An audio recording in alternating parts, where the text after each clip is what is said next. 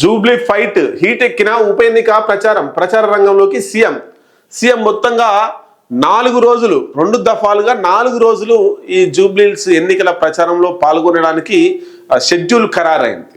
మరి ఆ 4 రోజులు ఈ జూబ్లీహిల్స్ లో ప్రచారం చేస్తుంటూ సీఎం హోదాలో రేవంత్ రెడ్డి, అట్లాగే కేటీఆర్ ఆన్నే తింటుండు ఆన్నే పడుకుంటుండు. ఎందుకంటే పుష్కున ఓడిపోతే ఇద్దత్ ఖరావు.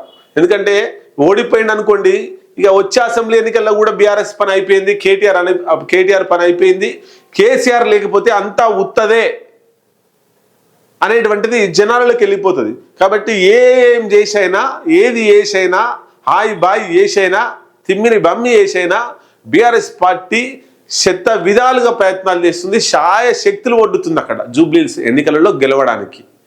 కేటీఆర్ ఆన్నే తింటుండు ఆన్నే అంటుండు, బయటికి కూడా వస్తలేడట. ఎందుకు ఇజ్జత్గా సవాల్ తీసుకుంటున్నాడు. ఇగో ఇంకొక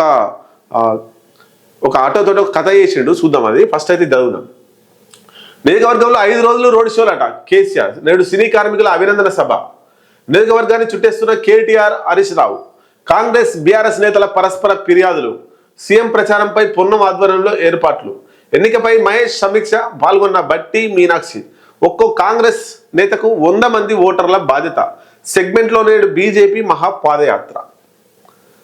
బీఆర్ఎస్ పార్టీ ఎట్లయినా సిట్టింగ్ తమ స్థానాన్ని నిలబెట్టుకోవాలనే ప్రయత్నంలో బీఆర్ఎస్ చేస్తుంది. సిట్టింగ్ నిలబెట్టుకోవడం కాదు, వాళ్ళకు ఈ ఏమంటారు చావు బ్రతుకు సమస్య, వాళ్ళకు డూ ఆర్ డై.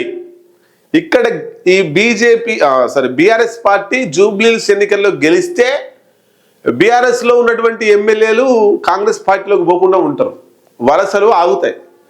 ఇక్కడ ఒకవేళ కాంగ్రెస్ పార్టీ గెలిచిందనుకోండి, బీఆర్ఎస్ పార్టీలో ఉన్న ఇంకా కొంతమంది ఎమ్మెల్యేలు కాంగ్రెస్ పార్టీలోకి వలసలు పోతారు. తద్వారా బీఆర్ఎస్ పార్టీ ఇంకా పలచన అవుతుంది, చతికిల పడిపోతుంది. వచ్చే ఎన్నికల నాటికి పుంజుకోవడానికి టైం పడుతుంది. ఇక వచ్చేసారి సీఎం ఏమో కానీ ఎమ్మెల్యే గెలవడానికి ఇబ్బంది అవుతుంది కేటీఆర్కు. కాబట్టి ఇక్కడ మాగంటి సునీత గోపీనాథ్ వాళ్ళ భార్య నిలబడ్డట్టు కాదు. ఇక్కడ కేటీఆర్ నిలబడితే ఎట్లా చేసిండో అట్లా చేస్తుండు. కేటీఆర్ నిలబడితే ఎట్లా చేసిండో అట్లా చేస్తున్నాడు. అంత ఇజ్జత్గా సవాల్ తీసుకుంటున్నాడు. ఇదంతా కూడా వచ్చే అసెంబ్లీ ఎన్నికల మీద, లేకపోతే వచ్చే స్థానిక సంస్థల ఎంపీటీసీ, జడ్పీటీసీ, సర్పంచ్ ఎన్నికల మీద ప్రభావం పడుతుంది కదా. కాంగ్రెస్ పార్టీ జూబ్లీహిల్స్లో గెలిస్తే రాష్ట్రం మొత్తం ప్రభావం పడుతుంది. బీఆర్ఎస్ పార్టీ గెలిస్తే బీఆర్ఎస్ పుంజుకుంది రాబోయే కాలంలో అని చెప్పుకోవడం కోసం. కాబట్టి అన్ని రకాల ప్రయత్నాలు చేస్తున్నారు జూబ్లీహిల్స్ ఎన్నికలకు సంబంధించి.